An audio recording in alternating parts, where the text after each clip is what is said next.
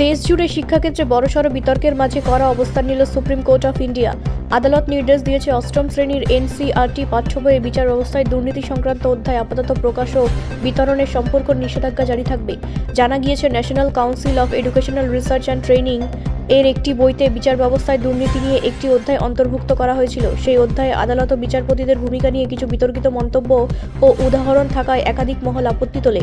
বিষয়টি আদালতের গোড়ায়। শুনানিতে শীর্ষ আদালত জানায়, বিচার ব্যবস্থার মতো সংবেদনশীল প্রতিষ্ঠানের বিরুদ্ধে এমন সাধারণীকরণ বা প্রমাণহীন অভিযোগ ছাত্রছাত্রীদের মনে ভুল বার্তা দিতে পারে। আদালতের মতে শিক্ষামূলক বইয়ের তথ্য অবশ্যই দায়িত্বশীল, ভারসাম্যপূর্ণ এবং যাচাই করা হওয়া উচিত।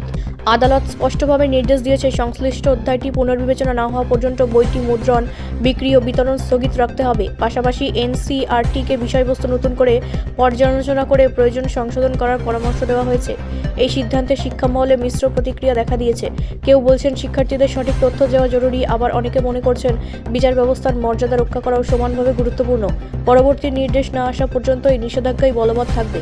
এখন দেখার এনসিইআরটি কিভাবে এই অধ্যায়ে পরিবর্তন আনে এবং ভবিষ্যতে নতুন সংস্করণ কবে প্রকাশ পায়। ব্যুরো রিপোর্ট, রাষ্ট্রীয় প্রসার বাংলা।